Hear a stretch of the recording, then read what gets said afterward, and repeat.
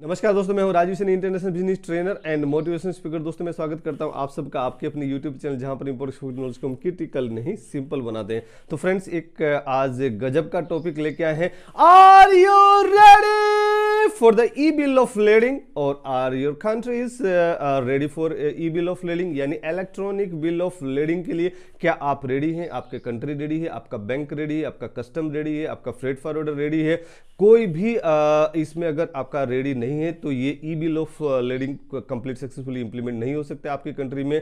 कौन कौन सी कंट्री है जो कि e bill of lading completely adopt कर चुके हैं, उनके यहाँ सिस्टम चल रहा है। What is e bill of lading, उसके बेनिफिट्स क्या है? अगर किसी चीज के बेनिफिट से कोई नया सिस्टम होता है बेनिफिट से, तो उसके कुछ लूप होल्स भी होंगी, कुछ उसके डिसएडवांटेज भी होंगे, वो क्या डिसएडवांटेज हैं, और लास्ट में हम बताएंगे कि इसमें कंक्लूजन क्या है। तो ये सब क्वेश्चन का आंसर लेके छोटी सी वीडियो में बने रहिए हमारे साथ। सबसे पहले हमारा पॉइंट है, what is e bill of lading, यानी इलेक्ट्रॉनिक बिल ऑफ लेडिंग क्या होता है। यानी an electronic bill of lending is a new electronic version of the bill of lending. जो बेसिकली बिल ऑफ लेडिंग था, जो हमें मतलब शिपिंग कंपनी जो हमें देती थी, जो प्रोवाइड करती थी, जो कि डॉक्यूमेंट एक साइंड ऑथेंटिक डॉक्यूमेंट रहता है, उसके प्लेस पे एक इलेक्ट्रॉनिक फॉर्म में, एक पीडीएफ फाइल में या इलेक्ट्रॉनिक डिजिटली हमें दिखाई देगा। तो इलेक्ट्रॉनिक फॉर्म है बिल ऑफ लेडिंग का, and it is a document that carrier of goods, carrier of goods मतलब जो गुड्स को कैरी करके लेके जाता है, यानी शिपिंग कंपनी लेके जाती है। Issue to the good shipper of the goods, shipper of goods मतलब मैं गुड्स को शिप कर रहा हूं, यानी मैं गुड्स को सप्लाई कर रहा हूं, यानी मैं गुड्स को एक्सपोर्ट कर रहा हूं, तो मुझे देती है, यानी शिपिंग कंपनी, शिपिंग लाइन जो उसका कैप्टन है वो इशू करेगा एक्सपोर्टर को। तो ये एक डॉक्यूमेंट होता है। It is A legal document and use for the legal processing for any country, and it is the proof of the shipment. तो शिपमेंट मैंने किया है कि नहीं, गुड्स मैंने बना लिया कि नहीं बना लिया, उसको शिप में चढ़ा दिया कि नहीं चढ़ा दिया, ये उसका प्रूफ है कि ये जो अपने पास पैकेजिंग लिस्ट है, वो पैकेजिंग लिस्ट के हिसाब से सामान आ गया है और वो गुड्स कंटेनर में रख दिया और वो शिप में चढ़ा दिया है। वो एक प्रूफ हो जाता है, ताकि आप उसको पेमेंट लेने के लिए अपने बायर को उसको भेज सकते हैं कि सर मैंने ये काम कर दिया है, गुड्स आपका रेडी है, और उसमें चढ़ा दिया, तो अब आप मुझे पेमेंट पूरा मेरा 100% कर दीजिए, या जो भी आपकी पेमेंट टर्म रहेगी उसके हिसाब से आप ये प्रूफ आप उसको दे सकते हैं। अब अगर बेनिफिट्स की बात करें कि ई बिल ऑफ लेडिंग यानी इलेक्ट्रॉनिक बिल ऑफ लेडिंग के क्या ऐसे बेनिफिट्स है? पूरी दुनिया डिजिटलाइजेशन के लिए जा रही है, हिंदुस्तान भी डिजिटलाइजेशन के लिए आगे बढ़ रहा है, तो उसमें क्या आपको एडिशनल बेनिफिट्स मिल जाता है? It improves the speed of the total system, यानी टोटल सिस्टम की कैसे स्पीड इंप्रूव होती है? जैसे आपने गुड्स को चढ़ा दिया और आपको अभी बिल ऑफ लेडिंग आपको मिल गया। नॉर्मली जो ऑर्डिनरी बिल ऑफ लेडिंग है, एक डॉक्यूमेंट जिसकी 3 कॉपी आपको मिलती है, वो बिल ऑफ लेडिंग आपको मिल गया। अभी उसको आपको कहां भेजना है? आपके बायर के पास भेजना है। जैसे आपका अगर यूएसए में कोई शिपमेंट आप कर रहे हैं, न्यूयॉर्क पोर्ट पे आपका जा रहा है, तो यहां से अगर मुंद्रा पोर्ट से जा रहा है तो मुंद्रा पोर्ट से न्यूयॉर्क पोर्ट पहुंचने में 45 डेज लगभग लगेगा आपको।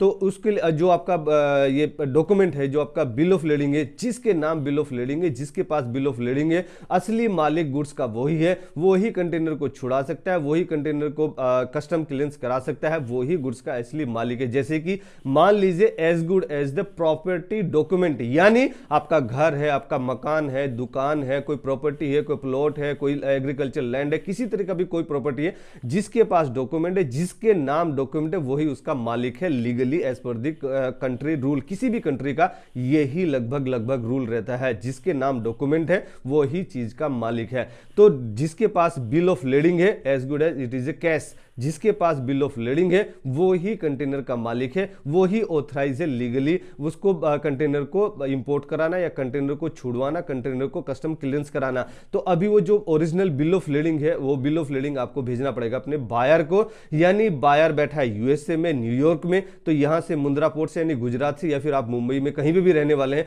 तो वहां से आप कोरियर कंपनी को कॉन्टेक्ट करेंगे और फिर वो बायर को भेजेंगे। तो कोरियर वाले भी आपको चार्ज लेंगे, इंटरनेशनल कोरियर चार्जेस के आपको पता ही थाउजेंड्स में रहते हैं, तो इंटरनेशनल कोरियर के चार्ज भी आपको लगेंगे, टाइम भी आपको लगेगा। तो यहां पे आपको क्या है, टाइम भी बच रहा है आपका और कॉस्ट भी आपकी बच रही है, यानी कोरियर कंपनी को भी आपको पैसा देना नहीं। इलेक्ट्रॉनिक जरिए से आप एक सिंगल क्लिक करके आपके बायर के पास में इसको भेज सकते हैं, और वो हाई सिक्योरिटी भी आपकी मिलेगी, क्योंकि वो पासवर्ड प्रोटेक्टेड रहेगा, पिन उसमें जनरेट होगा। आप अपने बायर को भेजने के बाद में भी उसको एक स्टेप और भी रोक सकते हैं कि उसको आप पिन मत दीजिए, पासवर्ड मत दीजिए, जब तक आपका पेमेंट पूरा ना हो जाए, या फिर आपकी जो टर्म एंड कंडीशन से जो आपका पेमेंट टर्म है, पैसा आपके पास आ गया, अगर वो बोलता है मैं 50% अगेंस्ट दी BL आपको कर दूंगा, तो 50% जब तक आपके पास में पैसा नहीं आता तब तक आप उसको पासवर्ड मत दीजिए। जब तक उसके पास पासवर्ड नहीं रहेगा तब तक वो उस कंटेनर को छुड़ा नहीं सकता। It is as good as कि आप कोई ट्रांजेक्शन कर रहे हैं और आपके पास में मोबाइल में OTP आए, जब तक आप OTP नहीं डालेंगे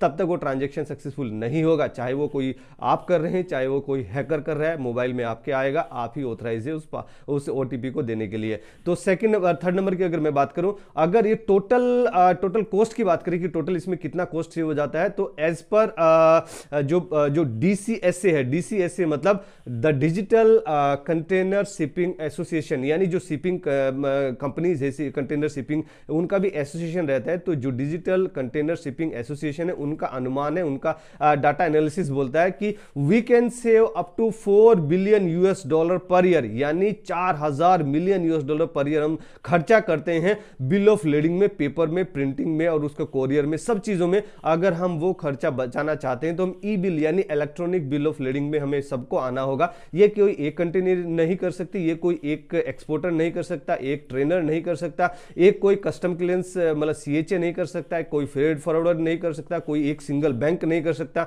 सभी को मिलकर साथ में आना होगा। आगे हम बात करें किस किस ने उसमें आगे और बढ़ चढ़ के काम किया भी है। तो अगर मैं बात करूं सिक्योरिटी की, तो मोर सिक्योरिटी आपको यहां मिल जाती है, मोर एक्यूरेट मिल जाता है, उसमें पासवर्ड प्रोटेक्टेड आपको मिल जाता है। Your product will become more competitive, ये प्रोडक्ट आपका कंपिटिटिव बनता है क्योंकि आपकी प्राइसिंग कम होती है। इंटरनेशनल मार्केट में आपका प्राइस और कम होगा तो आपका कंपटीशन में आप उसमें आगे और आगे निकल के जाएंगे। अगर मैं बात करूं फ्रॉड के चांसेस, तो फ्रॉड के चांसेस ड्रास्टिकली कम हो जाते हैं क्योंकि वो सिस्टम ब्रेक करना हैकर्स के लिए उतना आसान नहीं है, क्योंकि इंटरनेशनल लेवल का, क्योंकि आपका कंटेनर 10 लाख 20 लाख 50 लाख का आपका कंटेनर, उसके लिए उतना ज्यादा बड़े लेवल वाली हैकिंग होने वाली नहीं है, तो उसके लिए आप बेचिंत रहिए। तो ई बिल ऑफ लेडिंग जो है can be saved in your computer, mobile, laptop या सिस्टम में, एप्लीकेशन में, और उसको सर्च करना बहुत आसान है। जैसे अगर आप ईयर्स टुगेदर का डाटा उसमें रख सकते हैं, 20 साल का, 10 साल का, 50 साल का, 100 साल का भी डाटा उसमें रख सकते हैं। जैसे अगर मेरा बिल ऑफ लेडिंग है 10 साल का, मैंने रिकॉर्ड रूम में वो रखा हुआ है, क्योंकि मुझे संभाल के रखना पड़ता है, कई बार कुछ अगर चेक करना है तो क्रॉस चेक करना है, तो वो मैंने रखा हुआ है अपने रिकॉर्ड रूम में रखा हुआ है। अभी मुझे 5 साल के पहला कोई पर्टिकुलर मंथ में, तो अगर मैंने उसको ड्रेसिंग अच्छे से किया, हाउसकीपिंग अच्छे से किया, उसका 5S अच्छे से किया है कि उसमें कंट्री वाइज अलग से अलग अलग अलमीरा बना के रखा है, या फिर ईयर वाइज बना के रखा है, ये फाइनेंशियल ईयर 2021-22 का है, ये 19-20 का है, ये इस मंथ का है, ये इस मंथ का, अगर ऐसे करके सेग्रीगेट करके रखा हुआ है तो थोड़ा सा आपको जल्दी मिल जाएगा। लेकिन अगर ऐसे हैफेजेड वे में रखा हुआ है तो बहुत मुश्किल है, नेक्स्ट टू इंपॉसिबल है। लेकिन ई बिल ऑफ लेडिंग के केस में क्या है कि कंप्यूटर में एक सिंगल क्लिक में सच में आपको कोई भी एक यूनिक आइडेंटिफिकेशन, यानी उसका नंबर या फिर कुछ भी आप उसमें डालेंगे, नाम डालेंगे, तो तुरंत आपकी स्क्रीन पे तुरंत आ जाएगा विद इन सेकेंड। तो ये एक बहुत अच्छी बेनिफिट है कि सर्च करने में ज्यादा तकलीफ नहीं, ज्यादा टाइम आपको लगने वाला नहीं है। अगर मैं बात करूं इंश्योरेंस कंपनी, तो इंश्योरेंस कंपनी को भी इसमें फायदा होने वाला है। वो भी किस किस को और फायदा होने वाला, देखिए इंश्योरेंस कंपनी को फायदा होने वाला, एक्सपोर्टर को फायदा होने वाला, इंपोर्टर को फायदा होने वाला, फ्रेट फॉरवर्डर को फायदा होने वाला, बस नुकसान होगा तो कोरियर कंपनी वालों को। अगर मैं बात करूं, जैसे ये बेनिफिट्स हमने बता दिए, इसके कुछ डिसएडवांटेज भी हो गए। तो डिसएडवांटेज में क्या है कि एक जो नॉर्मल एडॉप्शन का है कि it involves many countries, many banking system, many legal processing, क्योंकि एक लीगल डॉक्यूमेंट भी है, किसी के आपको कंप्लेन करनी है, कोई केस फाइल करना है, किसी पे मुकदमा करना है, केस दायर करना है कि मेरा ये हो गया वो गया, तो ये बिल ऑफ लेडिंग जो है ये ओरिजिनल डॉक्यूमेंट है, मतलब ये as a legal document use होता है, सभी कंट्री में यूज होता है, not only India, Hindustan, Pakistan, America, सभी कंट्रीज में इसको यूज, ये as a legal document use होता है। तो लीगल प्रोसेसिंग के लिए जो सभी कंट्री है, सभी कंट्री का जो लॉ है, लीगल है, वो इतना जल्दी चेंज होता नहीं है। लेकिन उसमें बहुत सारी ऐसी कंट्री, 6 कंट्री आगे हम बात करें कौन कौन सी कंट्री जो कि उसमें एडॉप्ट कर चुकी हैं। तो ये सबसे ज्यादा इसमें एडॉप्शन का है कि कितनी जल्दी इसमें लोग एडॉप्शन करेंगे, कितनी जल्दी न्यू सिस्टम के लोग आना चाहेंगे, कितनी जल्दी लोग नए सिस्टम को एडॉप्ट करेंगे, ये एक हर्डल हो जाती है। सेकंड नंबर का अगर उसमें जो इशू है, इशू की अगर हम बात करें तो ये जो कोरियर कंपनी है उनको थोड़ा सा झटका इससे जरूर लगेगा, क्योंकि उनको जो कॉस्ट मिलने वाली थी कोरियर की जो सर्विसेज देने में, वो उनको नहीं मिलेगी। अगर मैं बात करूं हैकर की, तो जो हाई लेवल वाले बहुत रियर टू रियर चांसेस है कि अगर कोई पासवर्ड ब्रेक करता है आपका, या फिर आपके सिस्टम को हैक करता है, या फिर कस्टम के सिस्टम को कोई हैक कर लेता है, लेकिन वो बहुत ऊंचे लेवल वाला हैकर है, वो ही कर पाएगा, नॉर्मल हैकर के अब उससे घबराने की आपको जरूरत नहीं। वैसे तो आपके बैंक में 50 लाख 80 लाख 2 करोड़ रुपए आपके अकाउंट में पड़े ही रहते हैं, तो कौन आपके अकाउंट से चुराता है? जिसके पास ज्यादा बड़ा पैसा है कि मिलियंस बिलियंस ऑफ डॉलर है, उसमें लोग बाग हैकर्स बहुत ज्यादा इंटरेस्ट दिखाते हैं क्योंकि एक साथ में पैसा निकालते हैं। छोटे मोटे हैकर के बस की ये बात नहीं है। अगर मैं बात करूं वो कौन कौन सी टॉप कंट्रीज है जो कि एडॉप्ट कर चुकी है ई बिल ऑफ लेडिंग में, तो उसमें सबसे पहले पायदान पे आता है कौन? थोड़ा अंदाजा लगाइए।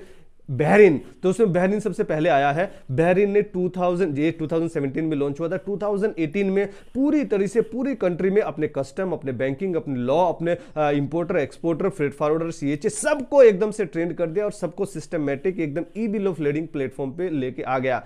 सेकंड नंबर की बात करें तो ब्लेजिन आता है, जो कि सेंट्रल अमेरिका कंट्री का एक कंट्री है। तो सेंट्रल अमेरिका की कंट्री है वो नंबर 2 पे आती है। अगर ओसियाना की बात करें तो ओसियाना में एक कंट्री आती है किरिबात नंबर 3 पे आता है। अगर मैं बात करूं 4th नंबर की, तो 4th नंबर पे पापुआ आता है। पापुआ ये इंडोनेशिया कंट्री में पड़ता है पापुआ। नंबर 5th की बात करें तो पैराग्वे आता है। पैराग्वे भी ये साउथ अमेरिका की कंट्री है पैराग्वे। नंबर 6 पे कौन आता है? थोड़ा गैस कीजिए। ये आएगा सिंगापुर। सिंगापुर भी डिजिटलाइजेशन में बहुत आगे है, तो सिंगापुर लास्ट 6th पे है। और हिंदुस्तान में भी इसकी बात चल रही है। हिंदुस्तान में भी 13 पोर्ट पे पूरी तरह तो नहीं, partially e bill of lading का काम चालू हो चुका और जल्दी हिंदुस्तान भी पूरा ई बिल ऑफ लेडिंग को पूरी तरह अडॉप्ट कर लेगा। अगर मैं कंक्लूजन की बात करें कि क्या कंक्लूजन क्या है, तो ई बिल ऑफ लेडिंग अच्छा है, टाइम सेव करता है, पैसे सेव करता है, लेकिन ये बात इसमें बस यही है कि सब लोग उसको साथ में मिलकर अडॉप्ट करेंगे तभी वो सक्सेसफुल हो सकता है। This is the conclusion. तो फ्रेंड्स, अगर ये वीडियो आपको पसंद आए जरूर आप इसको लाइक कीजिए, अपने फ्रेंड्स और फैमिली में इसको जरूर शेयर कीजिए। हर एक उस हिंदुस्तानी को शेयर कीजिए जो कि इंपोर्ट एक्सपोर्ट के बिजनेस में आना चाहता है। हर एक उस हिंदुस्तानी को शेयर कीजिए जो कि एक्सपोर्ट के बिजनेस में आना चाहता है, बिजनेस कर रहा है, लोकल में इंटरनेशनल मार्केट में आना चाहता है, जॉब कर रहा है, बिजनेस में आना चाहता है, जो ज्यादा पैसा कमाना चाहता है, ज्यादा मार्जिन लेना चाहते हैं, उन सबको आपको ये वीडियो जरूर शेयर कीजिए। और अगर मेरे द्वारा दी गई जानकारी में कुछ छूट गया, कुछ एडिशनल आप उसमें इंफॉर्मेशन देना चाहते हैं, तो मैं इंतजार करूंगा आपका कमेंट बॉक्स में। और हमेशा की तरह से मुस्कुराते रहिए, ग्रो करते रहिए और हिंदुस्तान का एक्सपोर्ट बढ़ाने में हमारी मदद कीजिए। Let's do export together. Thank you very much.